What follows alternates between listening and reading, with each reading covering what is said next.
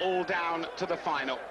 Welcome to Lagos and welcome to the National Stadium for Japan against Spain to decide who are the World Youth Champions of 1999. The Japanese, the side that have charmed us all the way, now face the acid test against the Spaniards, who've been without doubt the most impressive side at their best in this entire competition. Spain started with a 2-0 victory against Brazil and have looked likely finalists ever since, clinching their place with a semi-final victory against Mali, while the Japanese have beaten Uruguay, Mexico and Portugal after coming through their group, which included England. A great atmosphere as we look to see whether there are players in these two teams to follow in the illustrious footsteps of Bessanoff, Maradona, Boban and Souquet, amongst those who've played in World Youth Finals en route to the very pinnacle of world football. And alongside me is Paul Elliott, a man who's seen football all around Europe and indeed beyond. Paul, for Europe, it's important to see Spain, and I suspect as well for Japan. The real question is whether they can go on now and finish the job. A great game in prospect, Spain against Japan.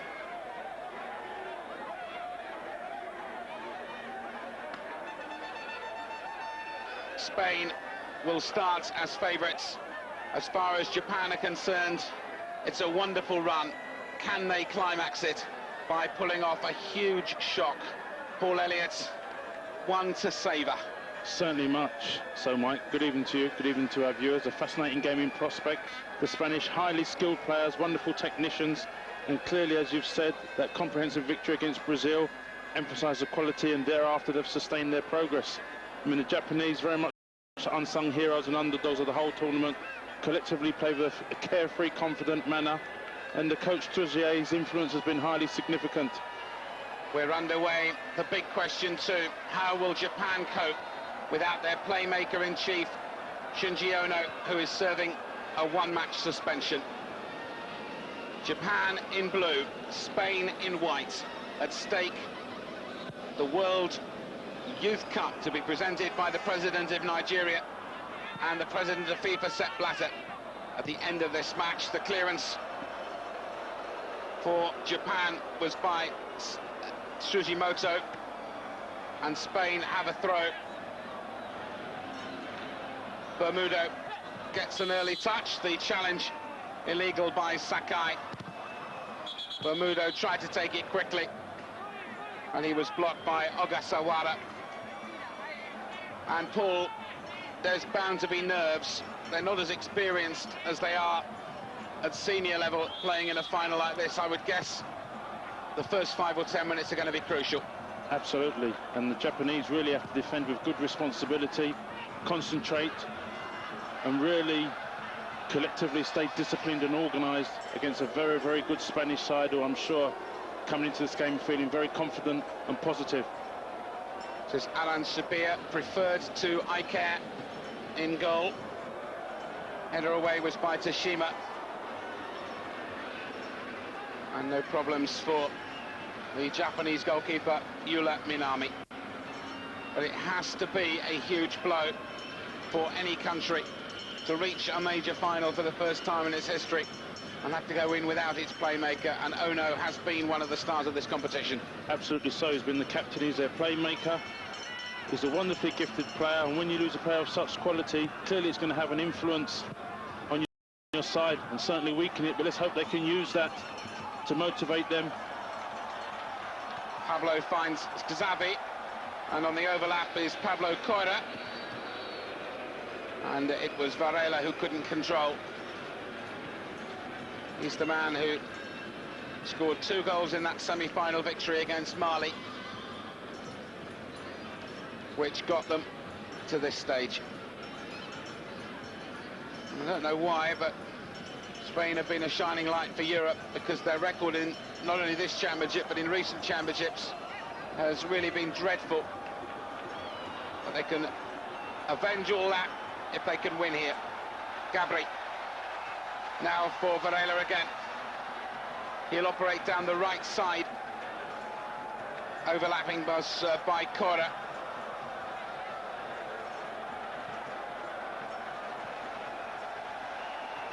Change of direction meant for Bermudo and Barquero. Xavi, it's a great atmosphere, obeys, and the ball too close to goalkeeper Minami, who will be pleased to have safely caught it. Earlier, incidentally, this crowd have already seen Uruguay win 1-0, but the flag was up. In fact, the referee has he given steps against Minami? I think he has. Because he's given the free kick inside the area, and so the Argentinian referee has made a controversial ruling in about the 3rd minute of the game. Yes, and he's not even really warned the goalkeeper, which many referees do, Mike. It's a gilt-edged opportunity right on the edge of the area, and with the quality of the Spanish, we anticipate the end product. Well, Varela is one option here. Bermudo is another. Referee's arm is raised to signify that this is an indirect free kick. An early chance for Spain, and they take the lead, and there'll be controversy most certainly about that, but Barquero has scored, and Minami looks on in disbelief, and Barquero gives the Spanish the lead in 4 minutes. It was a very good free kick, however controversial. Right through the wall, and really leaves the keeper helpless, but a wonderful start, and as you said, a very, very controversial decision, because in usually those circumstances, they must give usually the goalkeeper gets at least some kind of warning from the referee. So Javier Barquero of Real Sociedad gets the first goal of this final, and we've been playing less than 5 minutes. And how now will the Japanese respond? They win a free kick. Slightly disappointing, the stadium incidentally is not full, particularly behind the goal away to our left. There are quite a lot of empty spaces. Maybe that's a disappointment that neither Nigeria nor Ghana have qualified for this stage. This is Ujia. Touch for Sagai. Ogasawara might run for Nagai. And Bermudo makes the clearance. Ogasawara got past Nagai this time, and he's gone on his own. Bermudo is the player across. You need to respond quickly, and just to get something in that box positive to build on, surely, even if the goalkeeper has to make a good save or something. Well, they've got to ask questions, and I think now they've got to play in a very offensive manner, because the Spanish have proved one of the outstanding sides. Sakai blocked by Bermudo again. Back in by Chuzimoto. But to be honest with you, Mike, what they've got to do is to keep their composure, keep their discipline, and keep their temperament. A terrible start, but there's still a lot of football left in this match to play. And Japan, let me remind you, reached this final despite losing their first match. They were beaten 2-1 by Cameroon, unluckily, on the second day of the championship. But now they've got to try and take on this Spanish side that many people have had marked down as likely finalists for a long time. That's Bermudo, that's not a good ball. And it'll be for Nakata to make the clearance. Motoyama. Chases by Takahara, their top scorer, who's wearing the captain's armband in Ono's absence.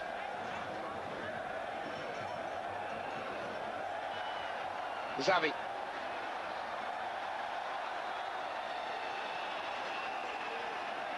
And the foul by Ogasawara. Bermudo. Uswe. And Sakai can clear with ease, or leave it, in fact, for the throw. Early overall impressions? Well, a difficult start for Japan, but I feel that as the game progresses, they've got to get the ball down and play. They have got good players, but stay patient. But really, the onus is on them now to take the play, take the initiative. So trying to do with Takahata. It was aimed for Nagai, and it was a good block by Marchena. A lot might hang on the shoulders of young Mr. Takahata for me, but here's a chance now for Japan. And he's gone down, and what's the referee given? He's given nothing at all. Yusui went down, and Isui was the player involved with Motoyama, and the referee says play on. Tell you what, Mike, I thought that was a definite penalty. Wonderfully flighted ball, set up nicely, and in my view, there was a definite usage of the arm from the Spanish defender, which held on to the player and pulled him to the ground. So, referee Angel Osvaldo Sanchez very much at the centre of controversy.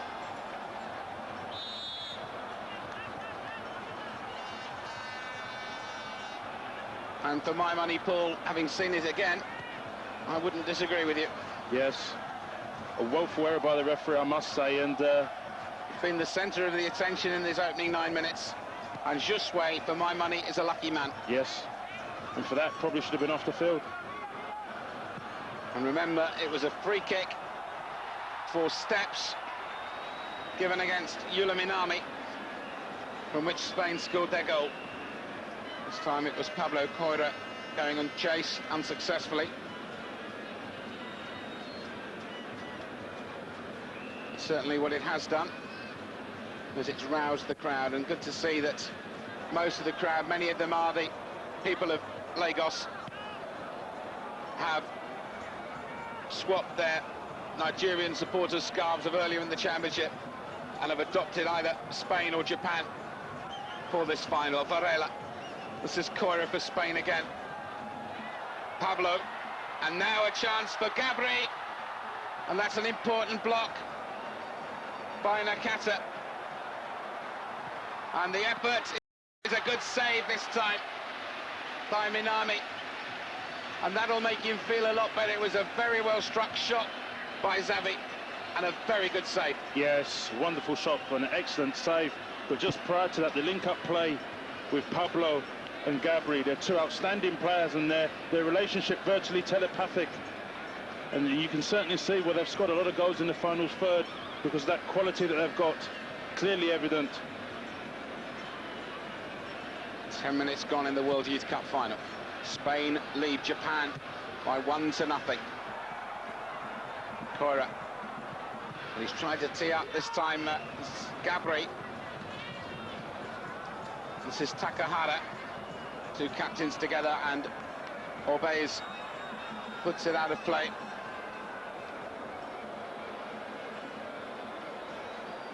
What can you say about the Spanish? They cope very well with the heat and the humidity, and to deliver the kind of performance they did in their very first match, when we were talking about several teams taking time to acclimatise, was a clear declaration of intent, Paul. Yes, and it sent out a very positive message to all the teams in this such prestigious tournament, because the manner in which they beat Brazil, not just the score, the manner where they played excellent football, it was certainly a pleasure to witness. And really that was a springboard to launch their excellent reputation throughout this tournament. Might come for the goal scorer again, Bakero, and a chance driven wide by Gabri. And there wasn't much calling in the Japanese defence. Thought he should have done better, Mike, to be honest with you.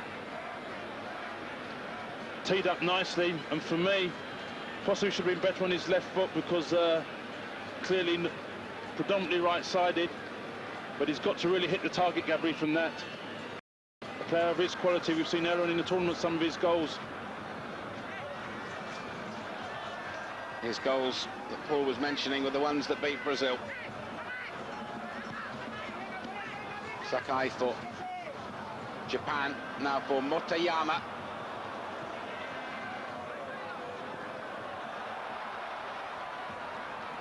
They need to take their time, try and slow it down a bit, perhaps. Motoyama again. This is Nagai. Bougier, who's in place of Ono. Now for Endo. Trying to find Takahata. Clearance by Jusue. Koira. Combining well with Varela. And this is Barquero, the goal scorer. Still Barquero. But his close control rather let him down.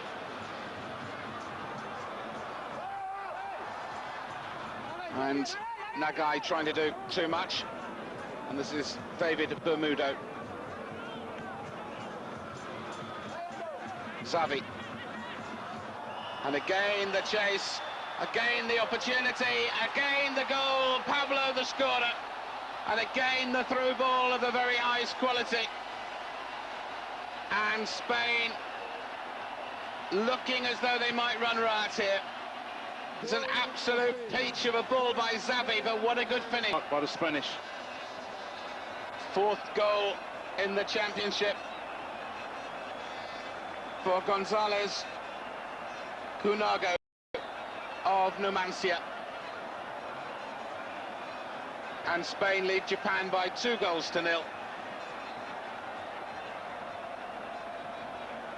Their only previous final having ended in huge disappointment back in 1985 when they lost to Brazil. And they're the first European team since 1991 even to reach this final. Then Portugal won it. And the Iberian Peninsula may well be on course to celebrate another World Youth Champions. That really, I suspect, will rock Japan as Bermudo fouls Sakai. It's going to be a huge test for them now, Paul. Yes, a great test of their character, their resilience. And clearly, what they can't do is concede a third, because if that's the case, the game really is over, because it's very, very difficult to come back. But whilst it's two, I mean, there's a sense of injustice there, really, in my view. I mean, we can just see here the foul here. That's reckless. That's a yellow card. Absolutely. No intention to play the ball. A reckless disregard for the player's safety there. But I just felt that... He's being treated. Spain lead 2-0.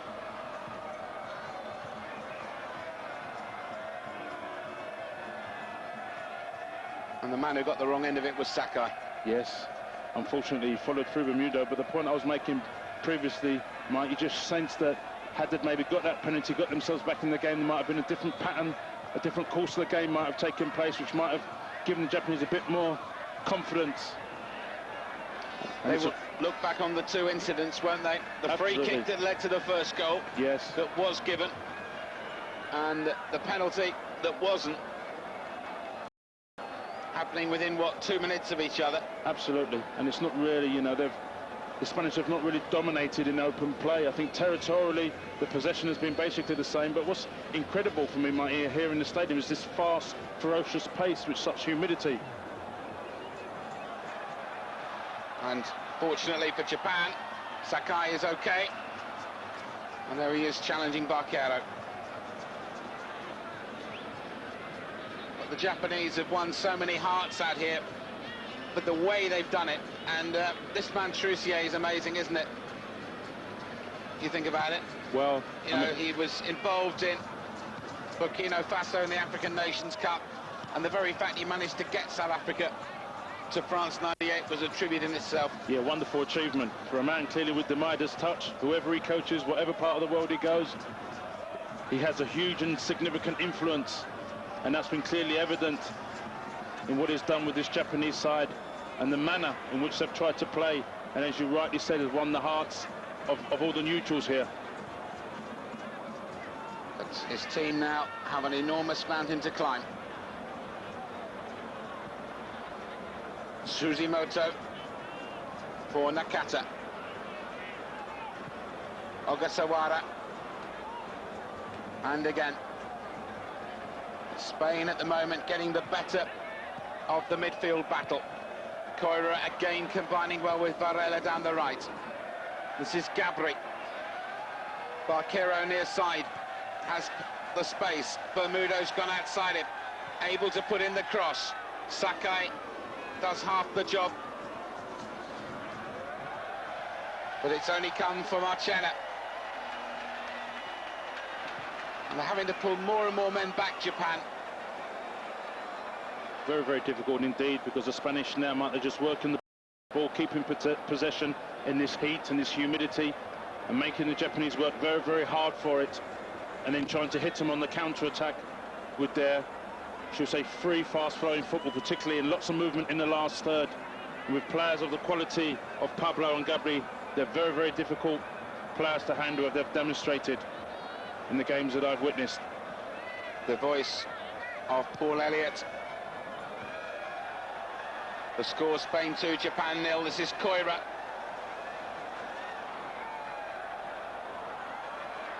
Now for Marchena. And it might again fall for Barcado. There's the cross. Sakai did the blocking. Xavi, his peach of a ball, was the supply line to the second goal. Yusue for Varela. Obeys the captain is square.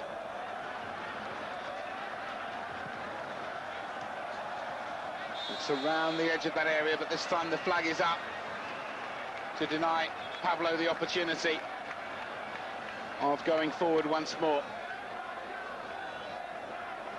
And it's at times like this when you do wonder whether Japan are missing the influence of Shuji Ono as much as anything.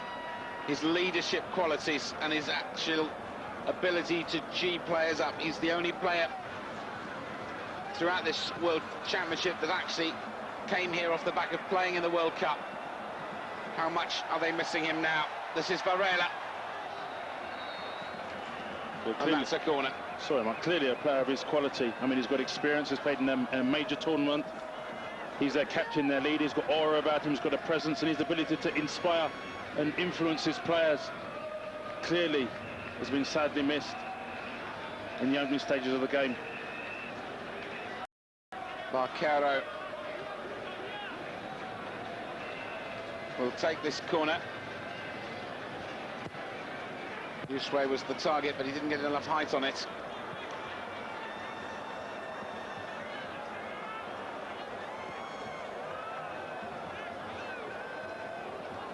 They haven't really tested the Spanish defence in these opening 20 minutes.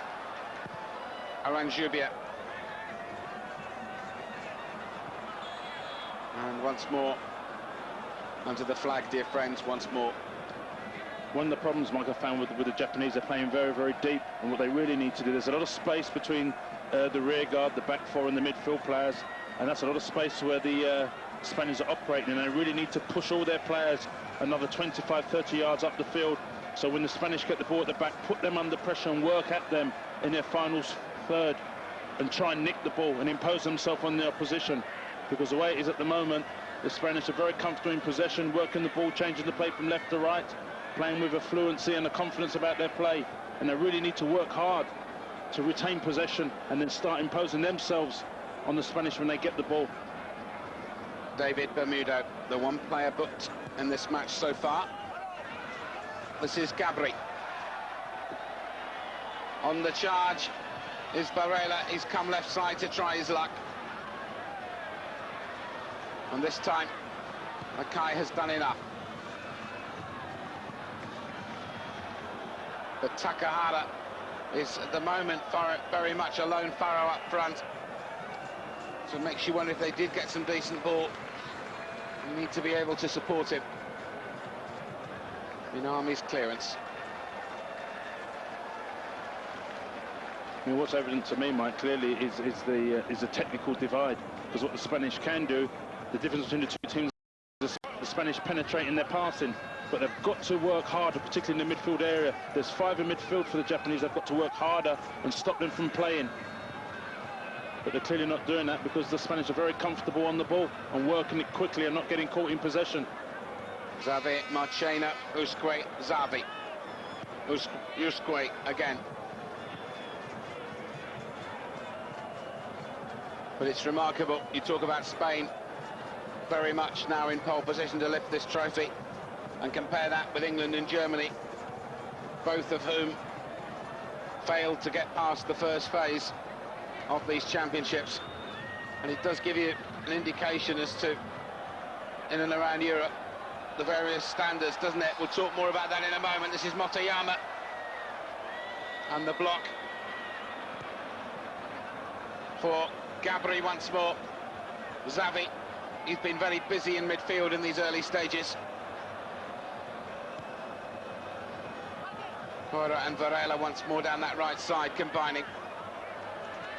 Does make the Spanish achievement that much more, doesn't it, when you think of how really disappointing, or in England's case, woeful, their performances were in the first round. Yeah, absolutely. And you know, you look at the Spanish side and you say there's a lot of players there with a lot of experience with big clubs in Spain. And in my view, certainly technically are playing beyond their years. And just the discipline and the team play and the pattern of play, they're so very graceful and articulate on the ball, but when they haven't got it, Mike, they work extremely hard to get possession back. And there's a discipline about them as well, and a resilience in the back. They make them so hard to break down, and you can see why they've reached such a stage in the competition. Sakai, clearance again by Xavi, and now it might run for Gabri. Got Koira outside him, look who it is, it's Xavi again. But this time, he was interrupted in full cry, and Ogasawara goes down under the challenge of all base. Xavi's really running the show in the middle of the park at the moment, isn't he? Yeah, absolutely, and even there, I mean, for me, the referee there, that justifies a yellow card there, and he's overlooked that. Blatant obstruction, that was. One by Ujier. This is Tashima. Again, the Spanish come away with Xavi. Marchena. And it might run for Varela. Nakata, though, did well, kept his head. Endo hasn't really got into it so far. And without Ono, there's a lot more on Endo. This is Takahara.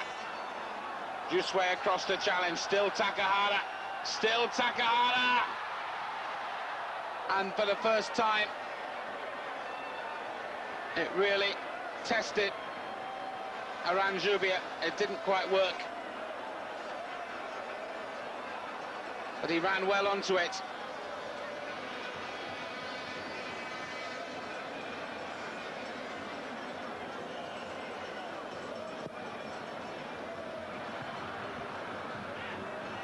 That would have lifted their spirits slightly. Certainly would have raised their confidence. Wonderful individual play by Takahara. And I mean, that's where the most productive moments for me, Mike, has been in the first half, when he's picked up the ball in wide areas and actually ran out the rear guard of the Spanish defence. Been a question of getting down the flanks, get to the byline, but if he's going out to do that, there has to be someone in the middle to be on the receiving end. And really, when he's in those advanced positions, you do need midfield men breaking into the box and getting on the end of it, because he's clearly a very, very gifted player, and should we say, taking that captain's initiative and responsibility of having a go at the opposition, but he needs support from his colleagues and teammates. Spain 2, Japan 0 in the World Youth Cup final on a baking hot and humid Lagos evening. But it's been a tournament that the Nigerians, who, remember, 4 years ago lost the tournament to Qatar at less than 3 weeks' notice, and look back on with pride. The hospitality's been warm, and certainly the medical facilities to deal with injured players have been really excellent.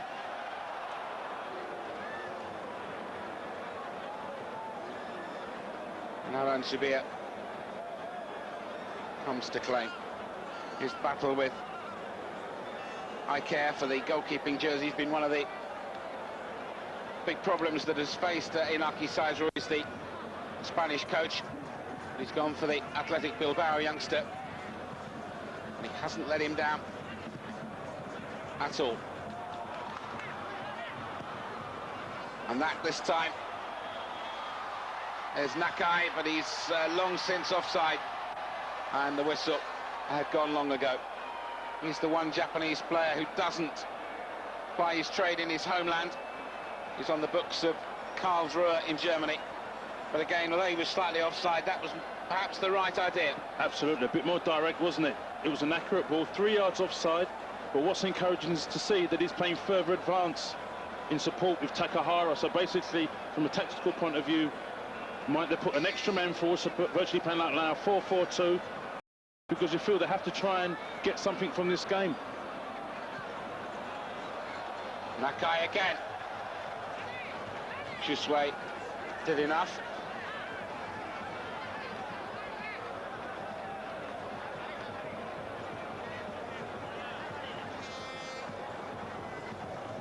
Remember in the first game of the Japanese lost 2-1 to Cameroon, who had in their side a 15-year-old goalkeeper. And there are so many memories to take away with us of some real quality and some real style amongst the youngsters. Nakai tried to play the 1-2 with Takahara. And we'll take away 2 memories of a new name on the trophy. And at the moment, that new name looks like being the Spaniards. But there's plenty of time left. Virtually half an hour of the first half gone.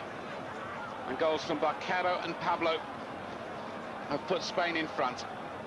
This is Ogasawara for Tsushima. Now for Nakata. Needs to push forward. But he's opted for the Tsushima route again.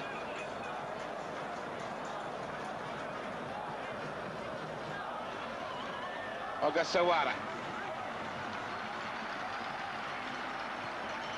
Suzimoto. Ogasawara once more. No real chance for Motoyama.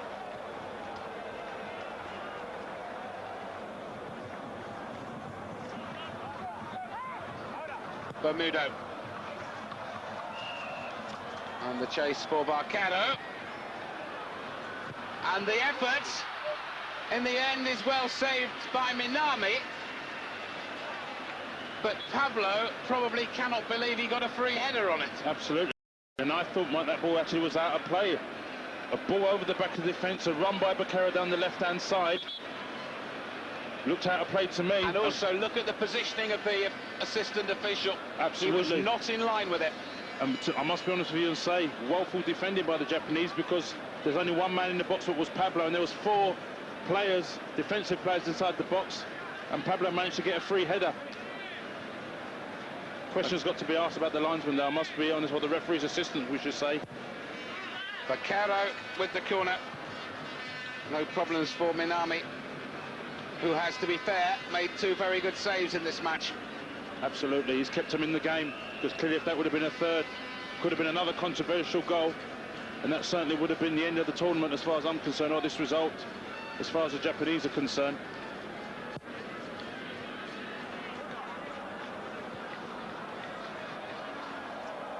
Nagai. Bermudo got a foot in where it mattered. Tried to find Varela.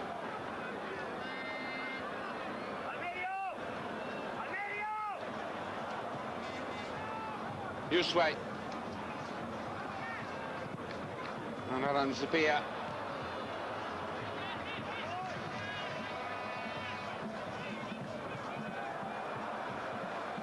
This is Barquero. He's changed sides to try his luck down the right. And again Barquero. And a chance for a third goal is taken with considerable ease. And it's that man Pablo again. And the Japanese defence have pressed the self-destruct button. No 2 ways about it. Yes, sad shame. You always feel every time they press forward the Spanish, they can make it happen. Barquero again puts the ball in, it falls kindly to Pablo, I must be honest with you. The Japanese defender, Suzimoto. He was 1 defender, 2 attackers. He was outnumbered, and well, the clearance will probably not look any better if he sees it on video tomorrow.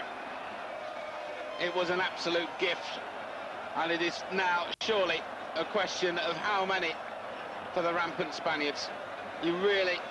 It'll take one of the all-time great performances at any level for Japan to come back from here.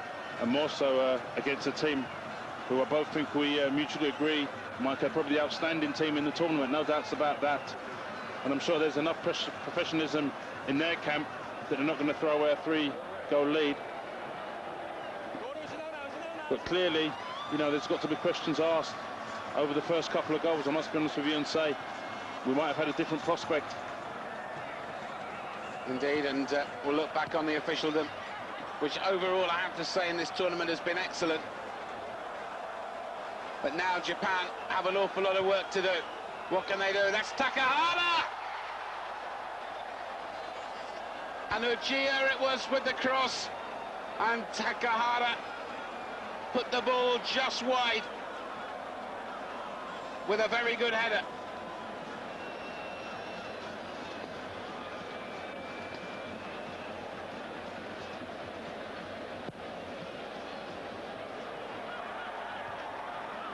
Well, if that had gone in, the fact that didn't go in, if you were Japanese, you'd really start to feel it's not going to be your day.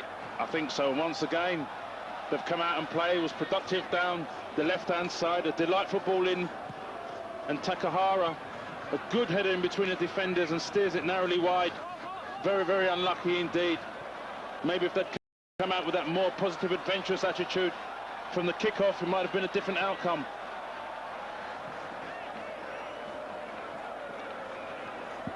They have a throw.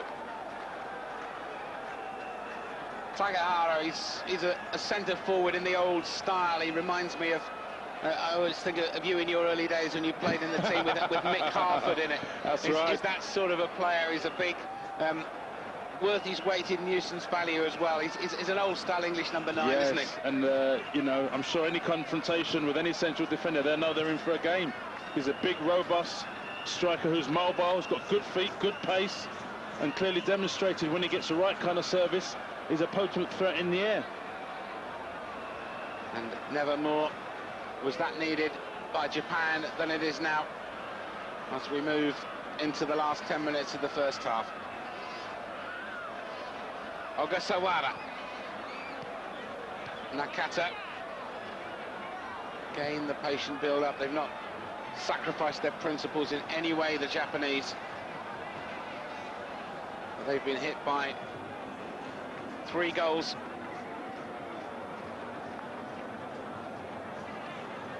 And Pablo, the joint top scorer in the championship, with 5 of them.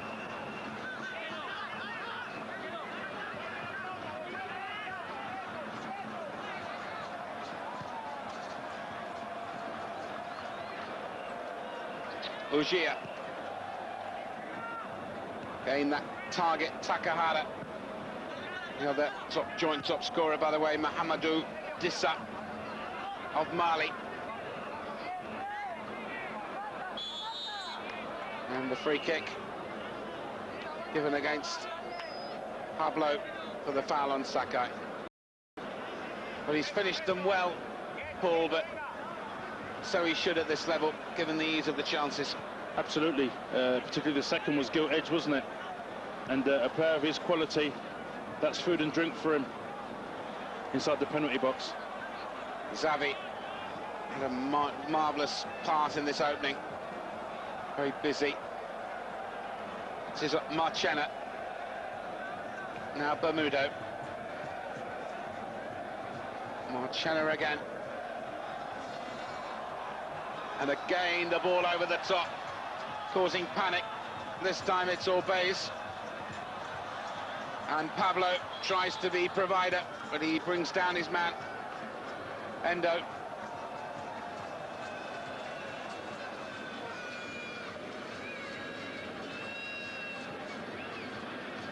Philippe Troussier has a desperately hard job at half-time. This man, I suspect, will be like Oliver Twist and simply say, please, I want some more. Because I'm sure not even he in his wildest dreams could think that in this World Youth Cup final in the National Stadium in Lagos, with 7 minutes to go to half-time, his Spanish side lead by 3-0. Pablo, this is Gabri. Still Gabri. It might open up for him yet, you know. And in the end, he's given Pablo the chance, and a good save by Minami. Lovely piece of skill from Gabri. Wonderful individual play around the box, mesmerising the defenders. Puts it wide for Pablo. Good feet, quick feet, super save by Minami once again. But he's got a lot of space to work in, Pablo, hasn't he? Got to get a bit tighter. And Minami hasn't got, but he was fouled by Gabri.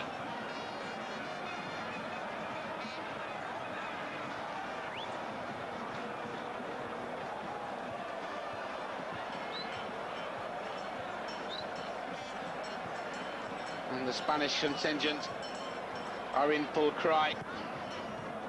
And I suspect the bugler will be entertaining all through the streets of Lagos tonight. I think so. I mean, I rather doubt the Spanish are leaving early. Well, no, I think they can just enjoy it now, can't they?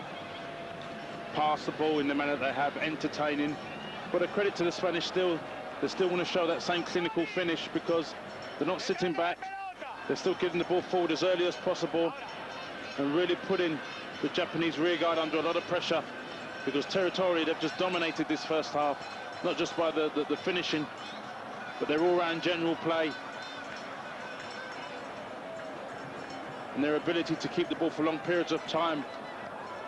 Tashima for Koji Nakata. This is Tashima again.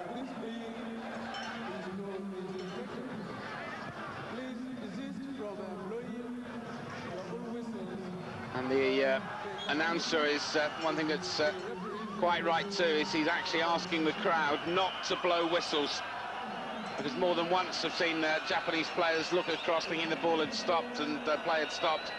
And there is a phantom whistler. He's in the crowd on the right somewhere. And it's not making life any easier for any of them. They can whistle their happy tunes for all they're worth at full time, the Spaniards. Unless something really dramatic happens. Ogasawara has found that guy. This is Motoyama. Good tackle by Koira.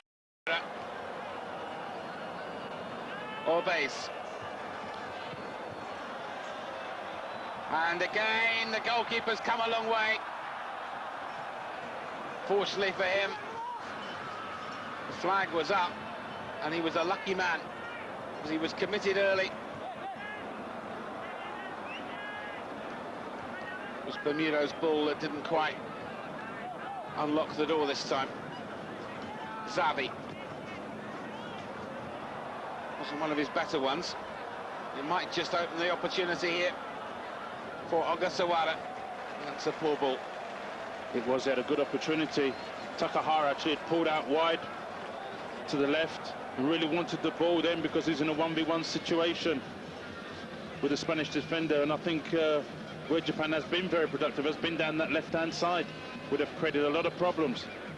But he opted for the more difficult route and conceded possession, gave away possession very cheaply.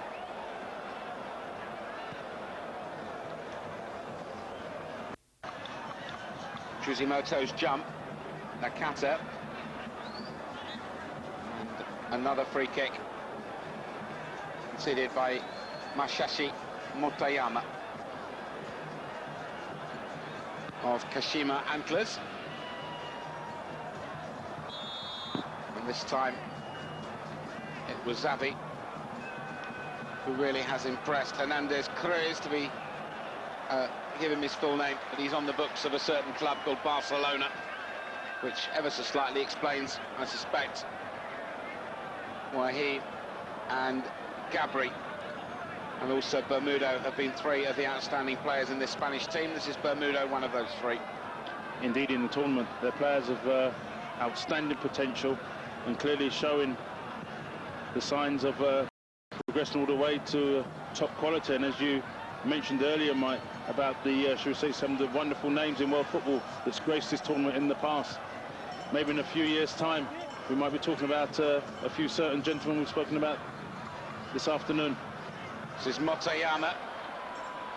Jusue did the tackling, and it was illegal, and there was no advantage played. 2 minutes of the first half remain, and Paul, overall, you have to say that the key factor here has been the Japanese defence. Absolutely. Very, very disappointed. They conceded very early. Goalkeeper took a few steps too many. Referee apprehended him, and obviously Bakero finished off the first goal, and thereafter it was an uphill struggle. And the Japanese were very unfortunate, because I thought there was a penalty at the other end of the field which might have changed the course of the game. But then we have to, a certain gentleman called Pablo, some of his finishing has been absolutely of the highest order. And in the end, really, at this first half, it's been one-way traffic in terms of clear chances, and they've really dominated the game. And the Japanese now are just playing for professional pride. And they may have to try and do more defending. It's another break into the box, this time by Gabri. But it's gone behind. But you have to say that the big park in Lagos, he had the space of half the park, or so it seemed, to score that second one. And Yes. the first one was a terrible clearance that didn't happen. The second and third goals have been terribly badly, from a Japanese point of view, have been terrible goals to concede. Yeah, they're bad goals, and when you make those kind of errors in your defensive third, you're going to get punished. And maybe that's where they probably ain't got quite that experience, quite those defensive qualities that's clearly evident throughout the Europe. But they have been fun to watch, and they will continue to be fun to watch, no doubt, throughout the rest of this game. As we move into stoppage time at the interval, of which there will not be much. We've just had that one incident with Sakai being treated, and 1 minute of stoppage time to be played. And also, Mike, they've played beyond their expectation, haven't they? They never expected to reach this far, and it's been a wonderful bonus on such a world stage to be here. They're delighted to be here, and they're enjoying every minute of it. Only the second Asian team ever to get this far. Let's put it into perspective. Absolutely. So it's a wonderful achievement in terms of their football and the development of their own game at that level. So there's a lot of pluses here, make no mistake. Bermudo for Bakero. Fujimoto away. I wonder whether we might see the wonderfully named Ryuji Bando in the second half. He can be a real bandit up front, believe you me. Well, it's worth a change. I mean, at the end of the day, it's a throw of the dice. I think Chuse, the coach, is very experienced, and you know, there's nothing wrong now. I mean, the game's way beyond them. Let's have a change. The game is half old, though, and it's Spain with one hand on the cup after a splendid first half. Bakero opened the scoring from a controversial free kick after 4 minutes, and Pablo added 2 more after 14 and 32. Half-time, Spain lead Japan by 3-0 in the World Youth Cup final.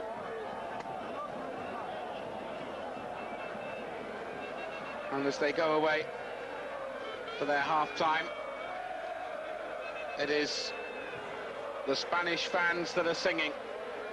It's a hot, balmy Lagos evening, and the Spanish fans think it's going to be a good one.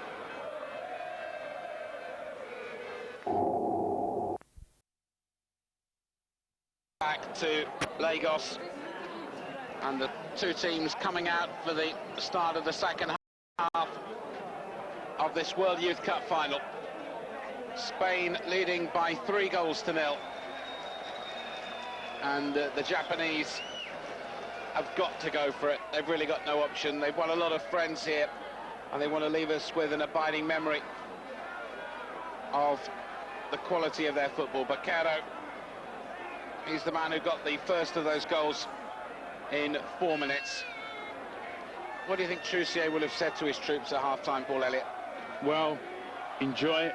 You've come to this tournament probably as underdogs. You've gone out and you made a fantastic impression for your country, for yourselves as professionals. So enjoy the game and go out and play with a carefree, confident attitude, because you've got nothing to fear. And sometimes, you know, they say the best form of defence is to attack. I think you can say, go for them. Let's get the ball forward, play in their half of the field, because they've certainly demonstrated earlier on in the half down the left-hand side that they've caused them problems. And we have a Japanese substitute.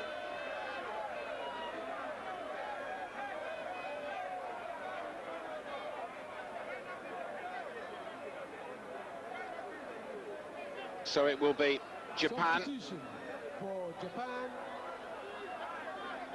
player number 17. It's Inamoto who is on, and Ujiya is the player off. So Ujiya, the man who came into the side as a replacement for Shinji Ono, who is their captain and suspended. And in comes Inamoto. And in some ways, as the second half gets underway, maybe that is an admission as to how much a loss Shinji Ono is to this Japanese side. Japan playing from right to left in the second half. And Inamoto has immediately found Nagai. I'll get Paul Elliott's thoughts on that in just a moment. The substitution. But Japan maybe will take heart from the fact that Spain have served up some wonderful 45-minute performances. They led the United States 3-0 and conceded 2 late goals. They scored both their goals against Brazil in the first half. Maybe there is a slight stamina doubt. We shall see. But what they've got to do, Japan, is come roaring back early on. And this is Nagai. And Bermudo's conceded the throw. You see that as an admission that Ono is really being missed out there? I think so, because any team's going to miss a player of such quality, and he's their captain as well, such an inspirational player and great leadership qualities, and he's obviously going to be very, very difficult to replace because, you know, technically, tactically, the Spaniards have dominated the game, and he was one of their few players that could really probably compete with them in those terms. But, you know, it's an opportunity for Inamoto to come on and enjoy himself and try and impose himself on this game.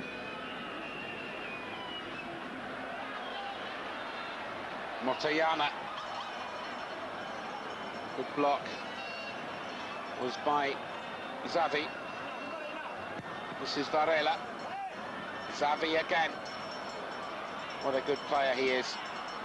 And Endo's brought him down. Xavier Hernandez Cres. Give him his full name.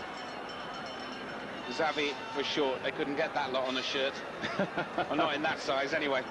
Well, all I know, I'm not going to try that pronunciation, but I know Mikey's one hell of a player, an outstanding ball-playing midfielder with wonderful range of technique, and his passing, as we saw for the second goal, was absolutely a delight to witness. Jussier for Spain. This is Gabri. Parcaro.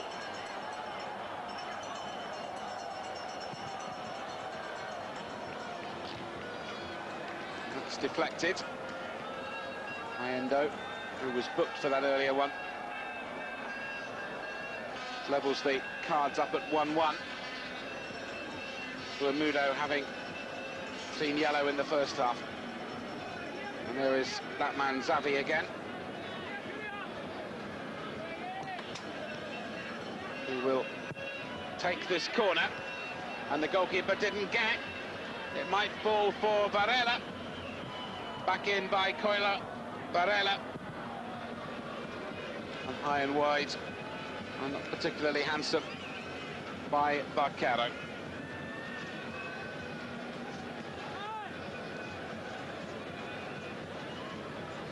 Parcaro, who scored that first goal when Minami was penalised for foot up for too many steps. And a nice little knock to him produced the ball in the back of the net. And this is the substitute, Inamoto.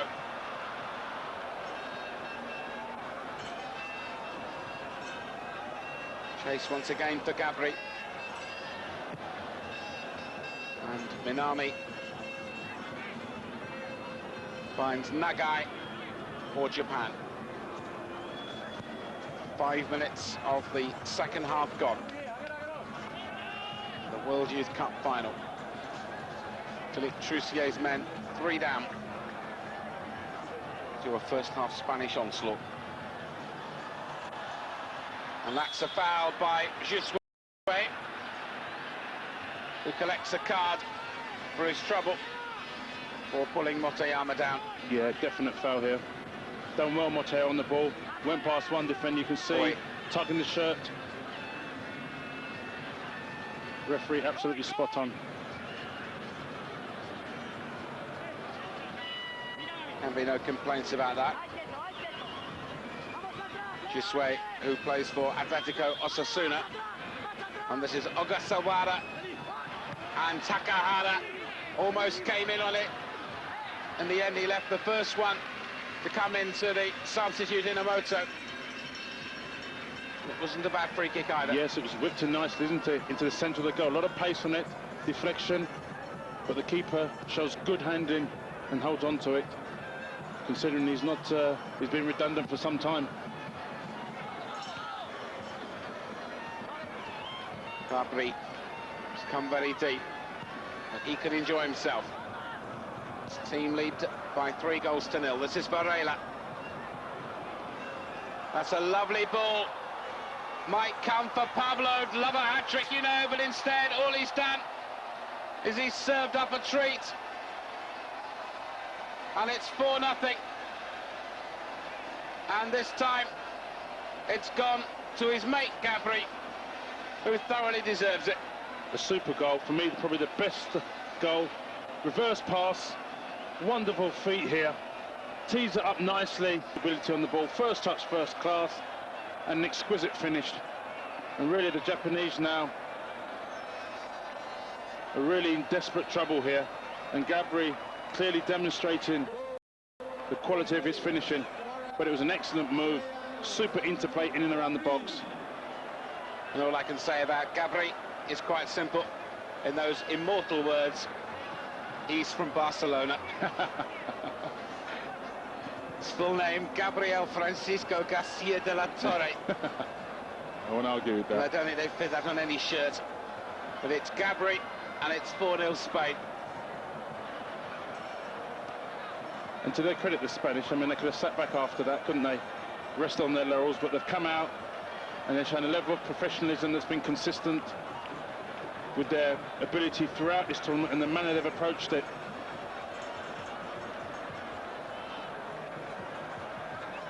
Motoyama, Ogasawara for Japan. Still, I hope they're not going to go home downhearted, the Japanese, because they have given us all, throughout this tournament, an awful lot of pleasure by the way they've done it off the pitch as well. Varela, the smile, the swagger, and the entertainment. They've been really a most enjoyable part of this World Youth Championship. This is Barquero's cross, and the effort is wide by Koira. It's been good watching them, hasn't it? No, I agree with you. I mean, they're the unsung heroes, and you know, if you would have spoke to the coach Chusere and said, well, what would you be happy? What's your expectations in this tournament? I don't think he would have said, hey, to have reached the final against a wonderfully gifted Spanish side. So they've done their country proud, they've done their coach proud and themselves proud. So for me, they can just enjoy it, because there's a wonderful stage, a gilt-edged opportunity to show their talents in and around the world. Okay, we must be honest with you, Mike, and say the golfing talent and technical ability is vast between the two countries, but nevertheless, they got there on merit, Japanese. So there's got nothing to be ashamed of as far as I'm concerned. And on their way there, they've beaten teams like Mexico, who a week ago I saw destroy the holders Argentina with as good a second-half performance and 4 goals of the highest quality. But Japan beat them fair and square. Yeah. They beat Uruguay, who'd earlier put out Brazil. I mean, there are so many positive things, but today it looks like being Spain's day. Yeah, justifiably so. But Japan, they earned the right to get there, Mike. And as you said, in the manner, in the way that they've played, and the positive results against other outstanding nations. So there's no embarrassment there. Gabri. Varela. And he'll let fly.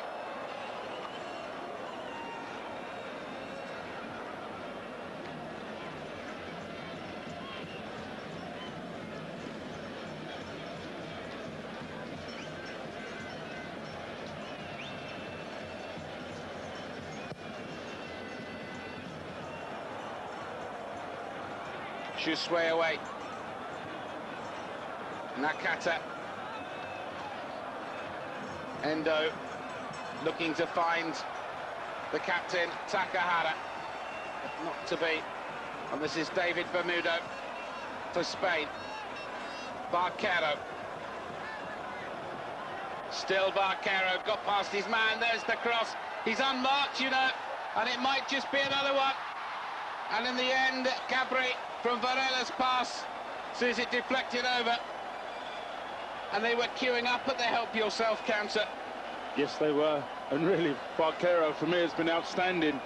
A super run down the left-hand side and crosses it into the box. And the Japanese defenders all at sea, absent from leave, and then probably in danger of overplay, the Spaniards, and a block by the defender to stop them conceding the fifth. I must say that Minami could well have a case for exposure charges against the back four, the amount of times they've left him totally exposed. But now we're going to see Ryuji Bando is going to replace the captain, Takahara.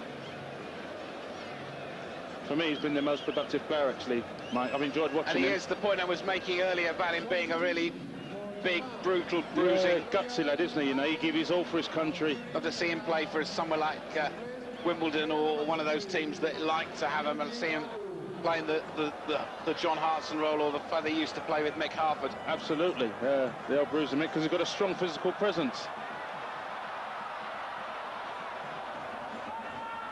And it fell for Nagai to try and clear. It was an early touch for Bando, the substitute. And the effort from the first substitute, Inamoto, who has taken over the captain's armband from the departing Takayuki Takahara. Strangely enough, just getting the atmosphere around us, Mike, you really sense that the crowd, they really want the Japanese to get a consolation goal somewhere. You really sense that, because they're urging them on. Every shot from distance that goes wide, there's always that disappointment. So clearly, I'll say they're the people's favourites, aren't they, despite this comprehensive battering by the Spanish. Certainly are. Sakai now for Tsujimoto, and they really will, I'm sure, go home and will prove that they've learned something for it, and in 2 years' time they'll really prove that they are a team that is not to be taken lightly. And at the same time, I just wonder, they won a lot of friends without getting results when they played in the World Cup. Of course, we think of that great game between Japan and Jamaica, and what a wonderful sight that was. Yes, it was. And the wonderful atmosphere created. Well, bearing in mind it's closer to home in 2002, they could well be a team again to watch and enjoy. As it is now, they've got some defending to do, as Endo gives away the corner. And also, Mike, you know, the gulf between the European and the Asian countries, you know, gone are the days now where, you know, you see the kind of technical division, how wide it is.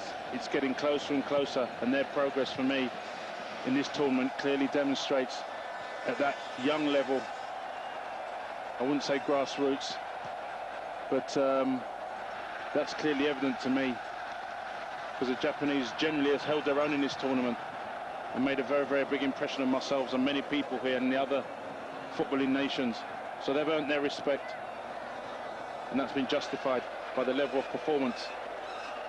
Varela for Jusue, for Koira, for Pablo Orbez, who is a little more than half an hour away from the greatest thrill of his young life, surely. Orbez of Atletico Osasuna will be the man who will receive the cup from Sepp Blatter, barring the most astonishing events in the final 30 minutes of this World Youth Cup final. Varela. Still Varela, they're not satisfied with 4. That's a good stop. Yes, it was a super player game by Varela, who for me has been one of the outstanding outstanding players this afternoon. I mean, if you look at Xavi, Pablo, Baquero, Varela, all players, for me, of immense talent. And it just so happens that they're all playing in that Spanish team, and they're all playing in the last third of the field, and they've created destruction this evening. Made it very, very difficult indeed. But what do you expect with that kind of quality? The cross was by Varela. Gabri was the target. But Fernando Varela of Real Betis.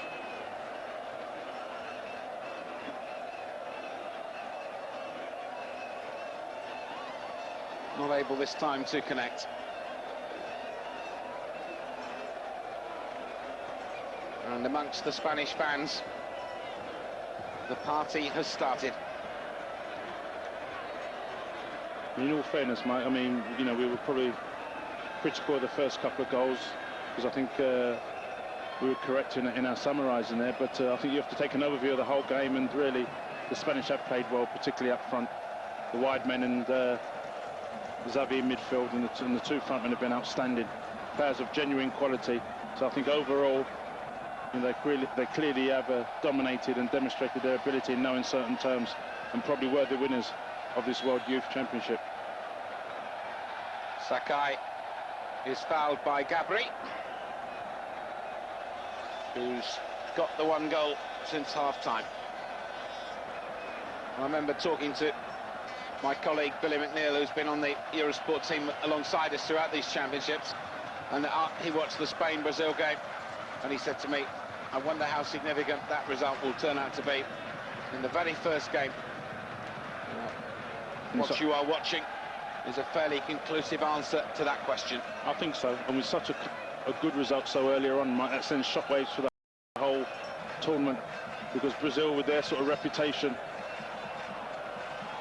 and the quality of their general play, so that was such a positive mark, and I think psychologically it really wound everybody up and made them realise that this Spanish side, they're half decent, and they've certainly gone and improved that consistently as well. That's Ryuji Pando, the substitute, and now we're going to see Varela make way for Ruben Suarez Estrada of Sporting Gijon. Been in and out of the side throughout these championships, but now he gets the most coveted chance of all. A place in the final of the World Youth Cup, which has less than half an hour to go. And almost immediately, the effort by Ruben.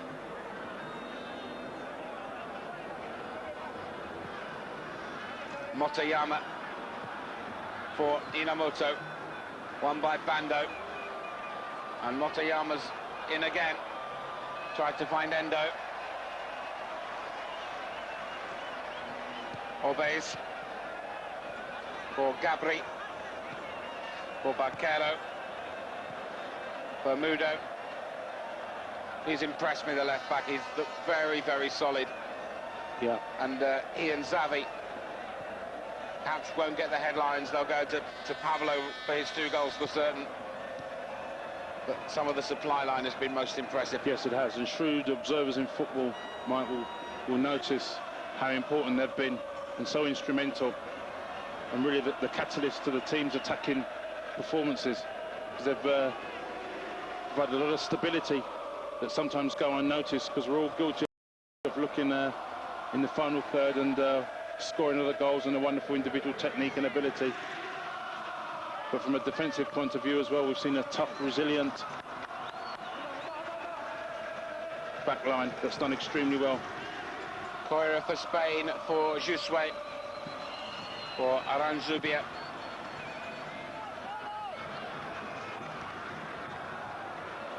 Gabri, Xavi, and there is that man Bermudo, Gabri, and this time he's lost out to Ogasawara, and the target was Bando. Marchena across to cover. Bando's done well.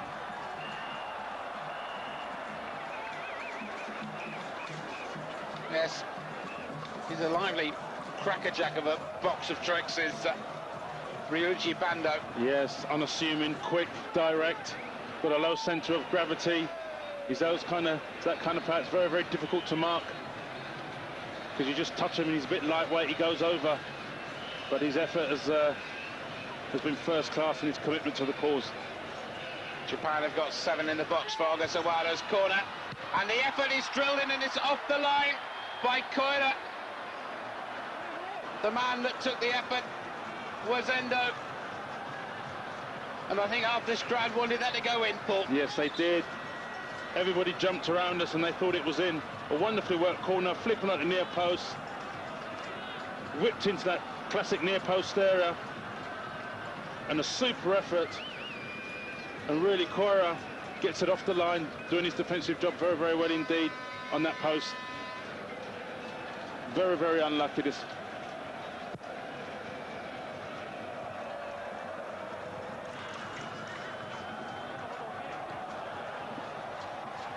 Motoyama. And Bando had gone down channel 1, the ball went down channel 2. Japan have a throw. You can't fault them for their effort, the Japanese. I mean, despite being 4 down, they're still passing, probing, still working hard, still trying to have a go. And that's a credit to their attitude and their commitment and their professional pride, because we've seen enough games to know many teams who are 4-0 down. The towel has gone in.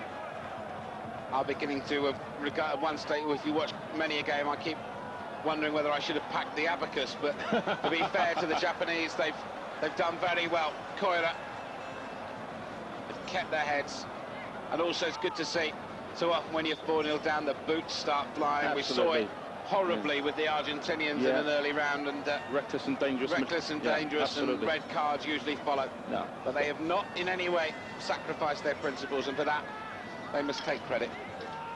But now they've got more defending to do, which Yula Minami will attempt to organise. Referee wants the wall back 10 yards. It's Motoyama and Nakata who are doing that job, and it's gone right away over all of them. Gabri was the player I thought might come in with Pablo behind him. Another gilt-edged chance, whipped him wonderfully into the centre of the goal. I mean, the goalkeeper really has got to make a decision there. He stays on his line, he elects to stay on his line, and it was just a header really that should have at least hit the target, but just skimmed right over the forward's head. Took a deflection in doing so. Here's the corner, and this time no problems from the header by Francisco Jusue. Another one of the Atletico Osasuna players, and that must also help, I think. You talk about the Spanish, you've got your 2 centre-halves, Jusue and Orbez, and they play in the same club team. And throughout these championships, that's been one of the things that you've really noticed, is when they play together for their clubs, it doesn't half show at international level, and that's a daunting effort by Gabri that goes over the top. Well, it's that continuity, Mike, isn't it? I mean, two centre-forwards, 2 midfielders, 2 defenders, they play as a pair. And that continuity clearly has been evident. And as you rightly says, it does transmit itself when you've worked with each other for a period of time. Substitution sees Koki's Yuichiro Nagai off and replaced by Yasunori Takada of Belma Hiratsuka. And I'd like to thank my friends for the spelling lessons before the start.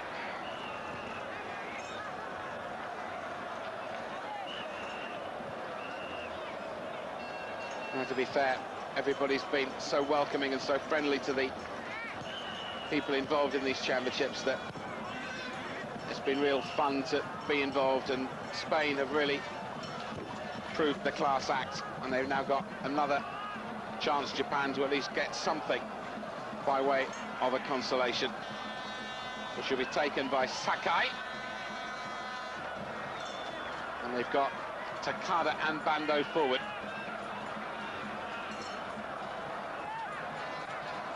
This is Bando. Endo looks as though he wanted to have a go, but Motoyama's had a go, and this might be, and it's another effort that's cleared away as Motoyama came in.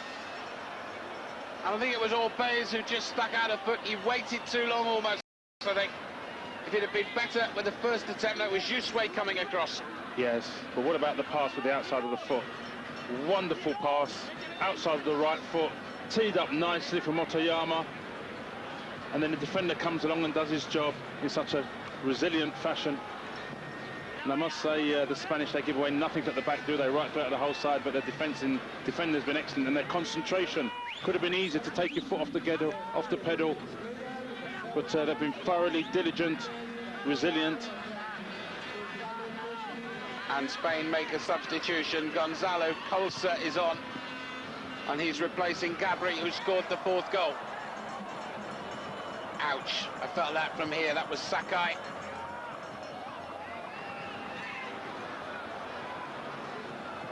Now another chance for Ogasawara, but he overran it. And he would have been better to try and bring one of his colleagues in. Motoyama's done well this time. Got past his man, Balquero. And they're going to pitch a tent, aren't they, in the Spanish area? And I think, one who's brought the barbecue. And I think, you know, that situation emphasised the difference in quality between the two. When we've seen the Spanish in the Japanese defence, there's been a lot of space and they've got a lot of time. But there, the Spanish defender with so many numbers, and if you get by one, there's another player in close proximity, lunging himself and throwing himself in the way and blocking the shot or the effort and closing down people. That's been a significant difference between the two sides. Quality of the defending. The effort was by Koji Nakata.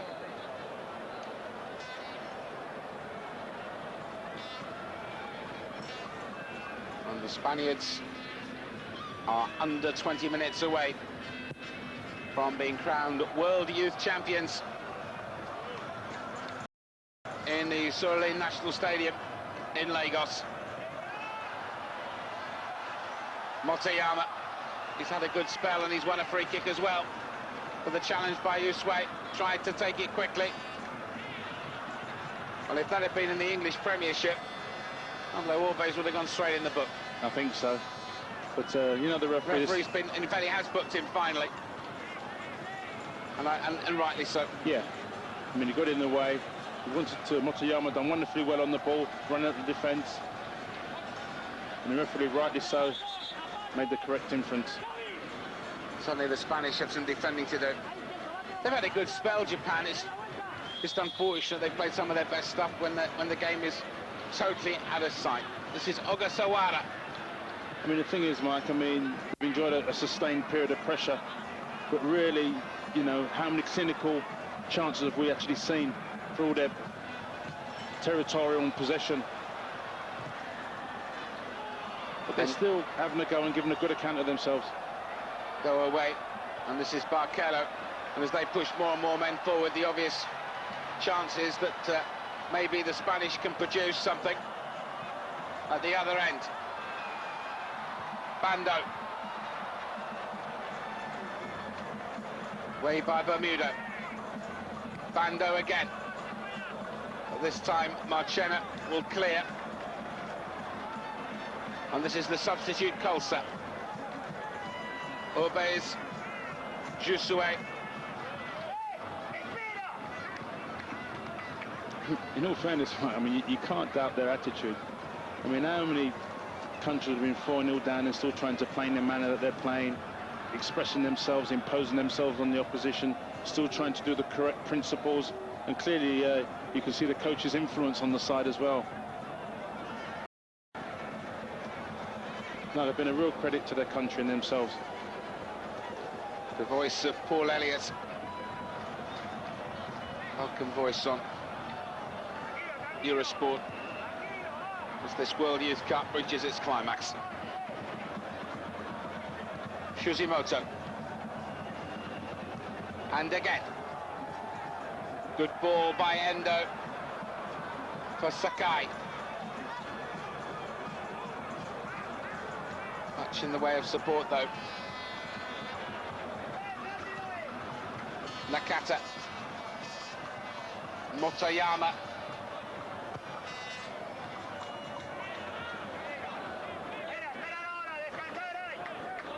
And this is Kazuki Tashima of Kyoto Purple Sanga. To Shigai Tsujimoto of Kyoto Purple Sanga. And he's kept it in well, as Motoyama, and he's won a corner off Koira. Inside the last quarter of an hour. Okasawara, Motoyama has to put it in the box and does. Keeper's waited on his line. And it turned out to be the right decision. As of all people, Tsujimoto came in behind.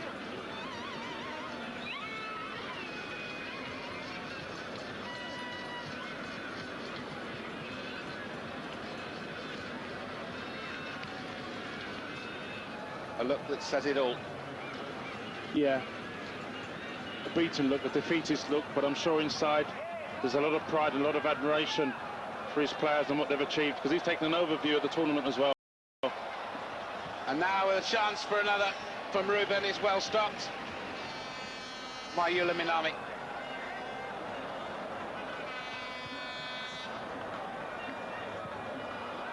And it's good to see that the Spanish and the Japanese are here, but so too are the Nigerians.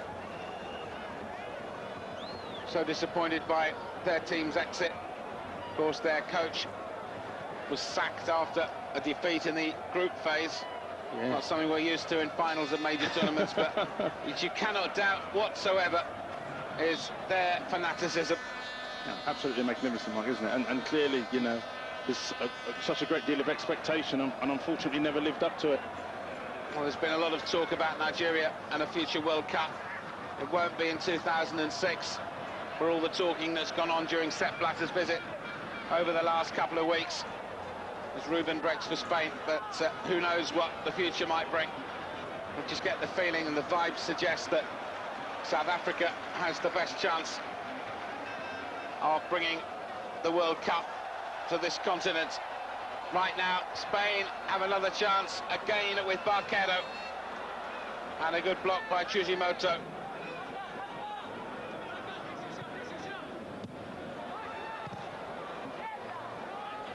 Cleared away by Inamoto.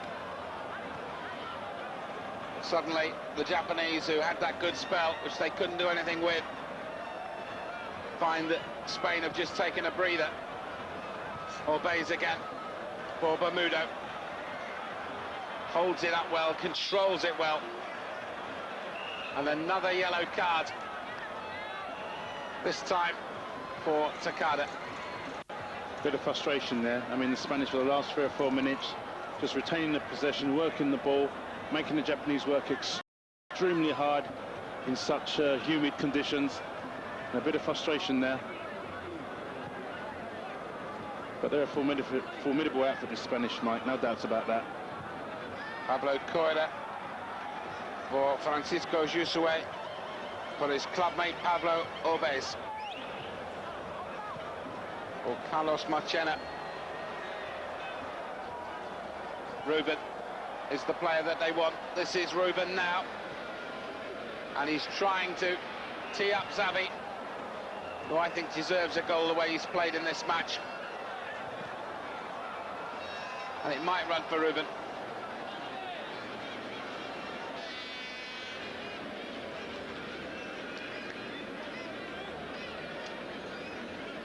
For the first time in the last couple of minutes, you just sense an acceptance of the situation by the Japanese. Yes, and that showed probably in their body language.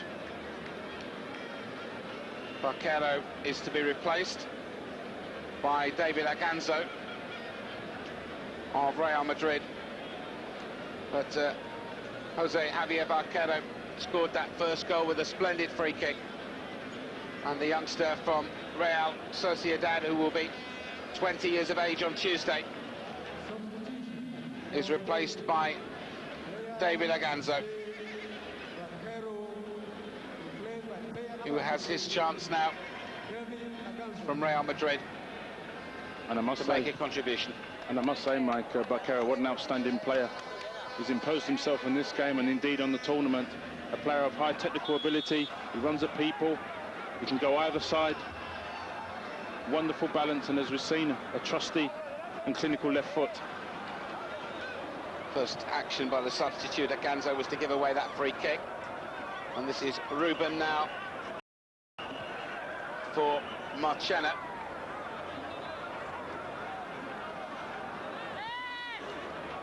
Inside the last 10 minutes of the World Youth Cup final. Spain lead Japan by 4-0. Barquero after 4 minutes, Pablo after 14 and after 32. And Gabri 6 minutes into the second half. And the team that have beaten Brazil, beaten Honduras, beaten the United States, and in that nerve-wracking penalty competition, beat Ghana 8-7 before seeing off Mali 3-1 in the semi-final, are now on their way to the biggest prize of all. Break was by Bando.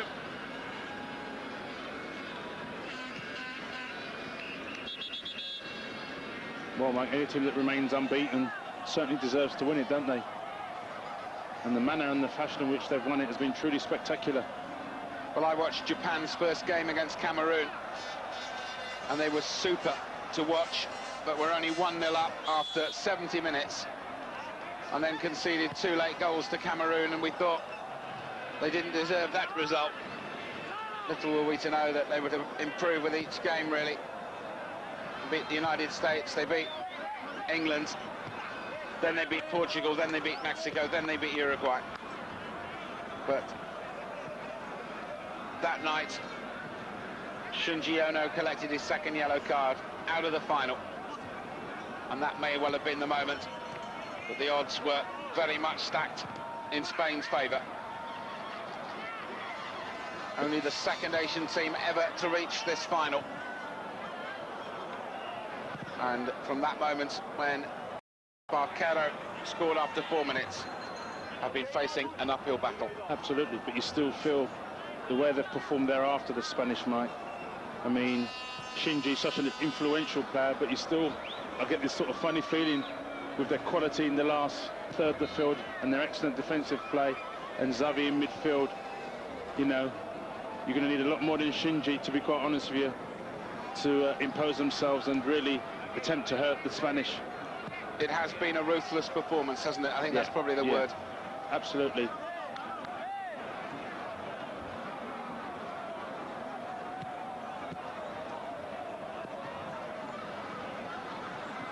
Imamoto.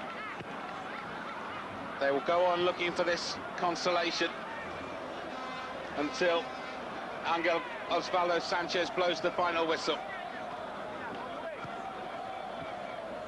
Pablo, can he get that hat-trick? Ruben. This is the substitute at Ganzo.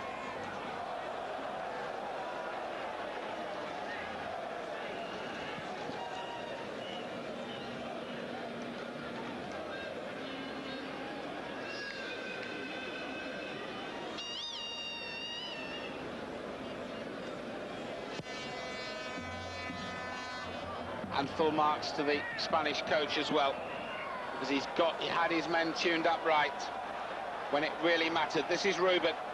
He wants his name in the lights as well. Pablo. Still Pablo. Can he get the third? Good save by Minami. Well, a gilt-edged opportunity by Pablo. Once again, find himself free in the box with a lot of space. And Minami holds the ground well. And covers that near post and makes a good save.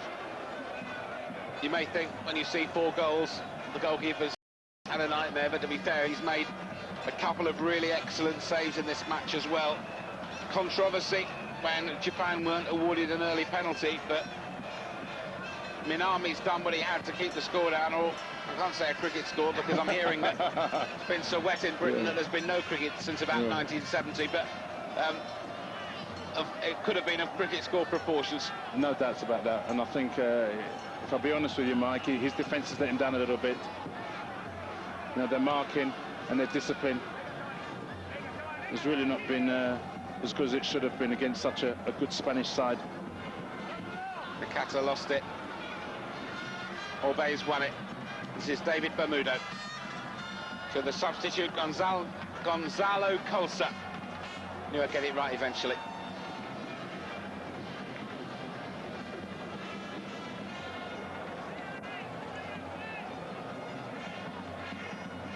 Less than 5 minutes remain.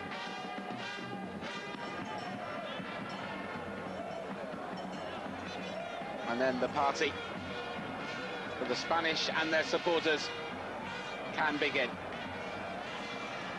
Francisco Josué. Pablo went down under the challenge of Inamoto,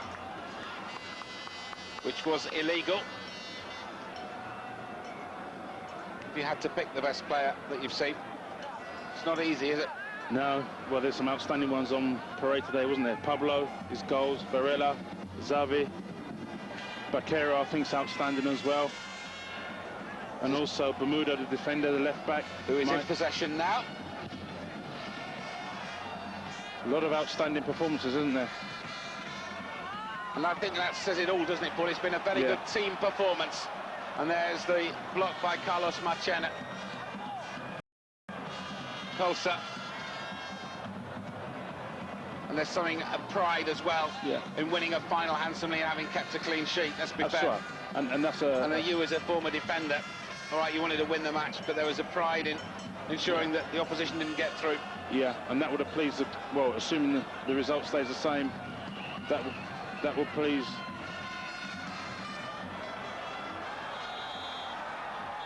And the flag is up. It won't count to Carter. Didn't hear the whistle. He's telling the referee. You're saying it's down to pride, and the defence has looked. That's right. Very solid with Josué and Orbey's. We made the point earlier that they were club mates, but they've really looked solid. As a pair, they've been outstanding. I mean, the defence, individually and collectively, they've done their job to the highest order. So they deserve as much credit as the offensive players, because as we spoke about, it has been the quality team performance right throughout this whole tournament. But what they've had, the basis of any success, look at all the outstanding teams, is your defence. And when you provide that defensive stability, it does give you the confidence and the onus with the offensive players they've got to impose themselves on the opposition. And this is Pablo from Ruben, still Pablo. They haven't got it away, now they have. Great run by Ruben, cutting inside. Away comes Japan with Mutayama. Back goes Carlos Marchena of Seville.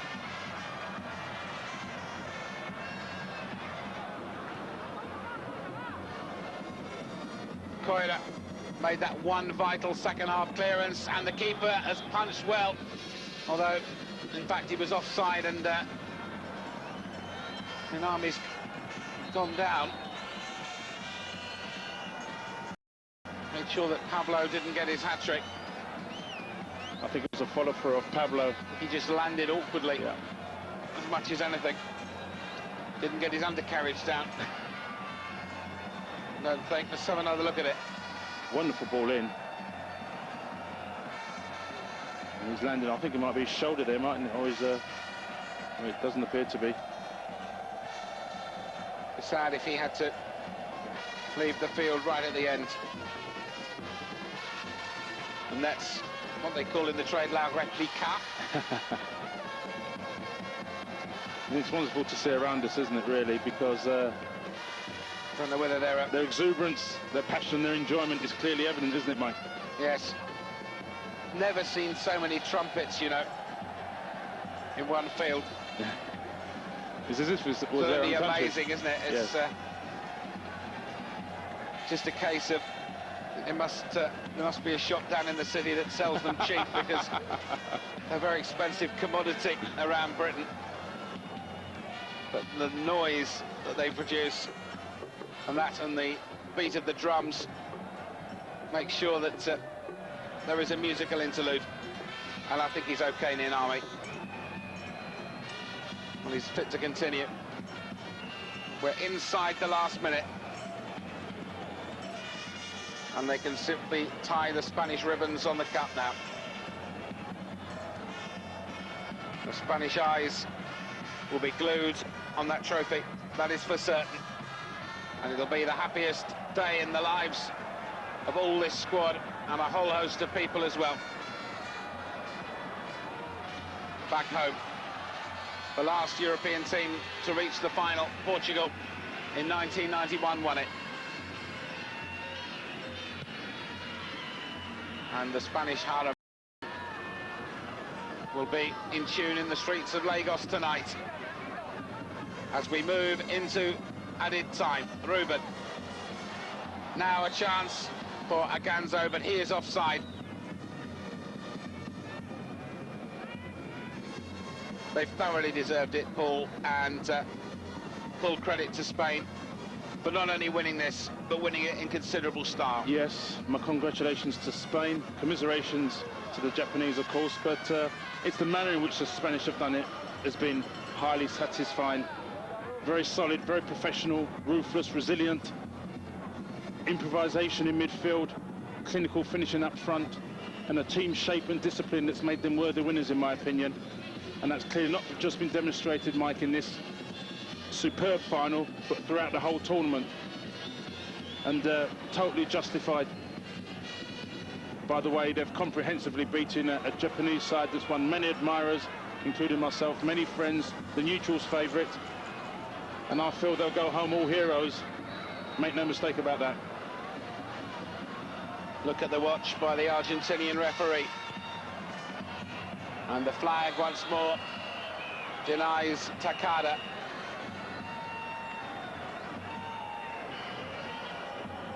And it's only a matter of a few more seconds.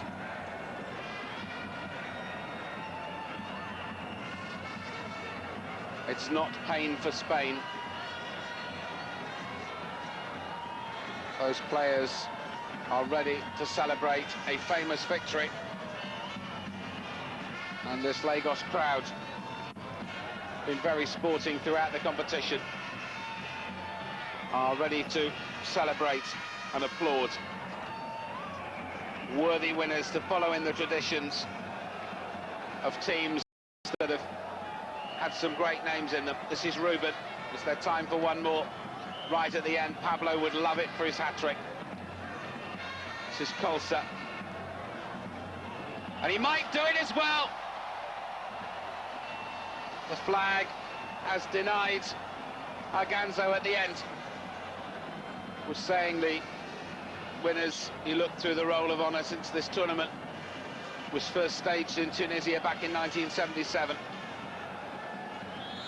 Boban, Suker, Maradona, Bessanov, they've all won it, and now the Spanish have won it in style. 4-0. They've beaten Japan, and they've done it giving a huge boost to European football. And one wonders how many of them we'll see in the future. It's finished Spain 4, Japan 0, and they've won it well.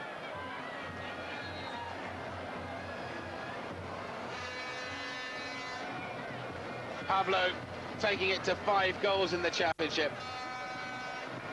And it is a big test, because when you won something at your young age, Paul, it does put a little bit more pressure on you, doesn't it? Now, these boys will be pushing for first-team places in their domestic game in Spain. Absolutely. It doesn't count for anything if they don't go on now. Well, it's a measure of their progress they've made, but clearly this is just a stepping stone in what all of them hope will be a very rewarding professional career. Because the reality is, at the end of the day, the failure rate's so extremely high, and there's been many players, I'm sure, that's participated in many youth tournaments in the past, aren't going to fulfill that potential. But you do sense with this Spanish, there's got some outstanding players that you really feel is going to go on to great heights in world football.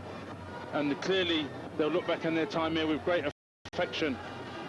But there's a great level of expectation now. They've performed on a world stage with such high-profile matches, and only time will see whether they will develop and fulfill that talent on the highest stage possible.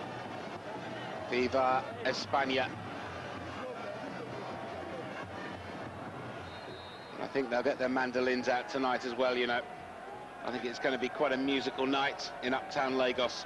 Yeah, I'm sure. And the locals, they've played their part as well, haven't they? I mean, they've been fantastic, fully supportive, super representation for their country, and their conduct here has been absolutely first class. But in the end, I mean, the Spanish have totally deserved it. They've played wonderfully well, done everything right, and really they looked a major force, absolute major force. And it's been a final played in excellent spirits as well. Yeah. Yes, there may have been 5 bookings, but the one thing that has been almost totally absent in this World Youth Cup, and how pleasing it is to say it, is dissent, mouth, chat back to the referees. Yeah. And also tugging the shirts as well, isn't there? Which has been evident in many in the past, you know. The professionalism, the conduct. You know, when we talk about fair play, I think this tournament certainly has, can certainly attribute itself to some fair play, because it's been absolutely first class. The discipline there has been immense. Now they've put their red shirts on, the Spaniards.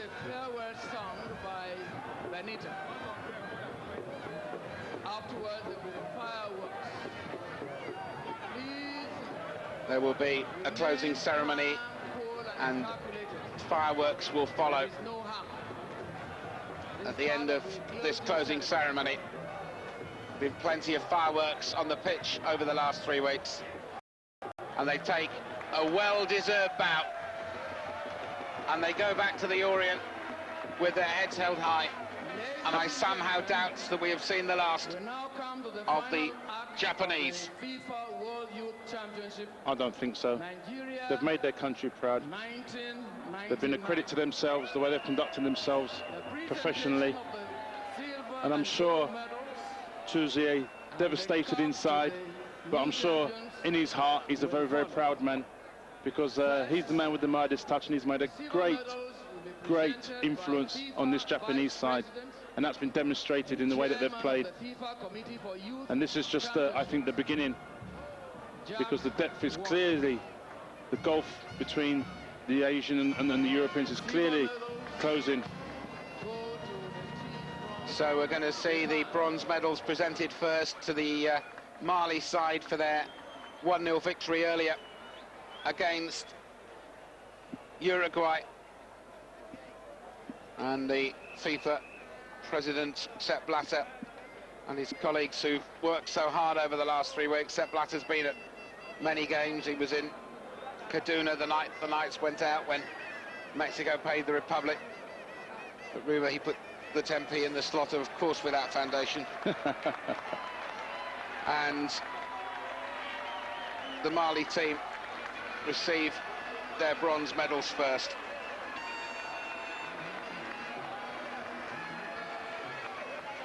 A sparkling end as the Japanese now come forward to receive their silver medals. They're led by a man who must be the most disappointed, I would imagine, Shunji Ono. He couldn't play in the final. He's followed by Nahino Takahara, Inamoto, Nagai, Motoyama, midfield powerhouse, Shujimoto, Teshima, the second goalkeeper Tatsuya Enomoto, Sakai, Ujier, really worked for him tonight, Kaji, Ogasawara, Hoji Nakata, Yasuhito, Endo, Tatsuya Ishikawa, Ryuji Bando, put that name in your diaries for the future, Yasunori Takada, Yula Minami. And the coaching staff, followed by Philippe Troussier. And how nice to see a very special word for him from the FIFA president, Sepp Blatter. He must be aware that not only has this tournament produced great thrills from the Japanese, but what it has done, I suspect, for the game of football in Japan is something that only the next few years, we think, of course, of Gary Lineker going out to Japan all those years ago to play for Grand Passate. Really, when football, it seems, started as anything more than something that the school kids did after a day at the academy when Mummy and Daddy wanted to let the little darlings out for an hour. Now it's all become a bit more serious, and now it becomes a big moment in the life of young Pablo Orzes. 20 years of age. He and his colleagues are led forward to climb the steps. Arcado behind him, and then the man who scored 2 of the goals, Pablo. There's Michel Platini amongst those who've made the trip for this final. Orbez collects the gold medal, followed by Barquero, followed by Pablo. And then we will see, in the end, the cup presented. Ruben, followed by substitute Kolsa, followed by Yesta. Let's find out who's got the good voices. Certainly some of the national anthem singing has been moderate, that the effects microphones have picked up over this. That's Aganzo. Just receiving his medal is Gabri. Scored that 4th goal early in the second half that killed off any chance of Japan pulling off a miracle. And then Alex on it didn't make it as a substitute, neither did Bermudo. And the last one to step forward is Koira. Well, not quite the last one. Marchena. Coach Inaki Saiz Ruiz. Hail the new world youth.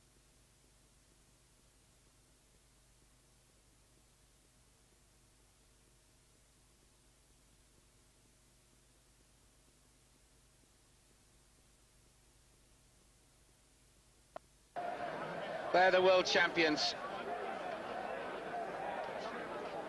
the Spaniards. And to see Charlton, Latini and Beckenbauer, you see 3 of the European all-time greats of the past. Now we may see some of the European greats of the future. There is the cup, which Sepp Blatter will hand to Pablo Orbez. To the great footballing nations, Brazil, Argentina, Portugal and the Soviet Union, is now added the name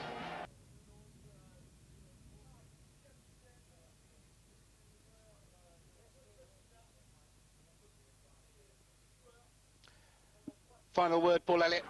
Well, I've thoroughly enjoyed this tournament. We've seen some wonderful football,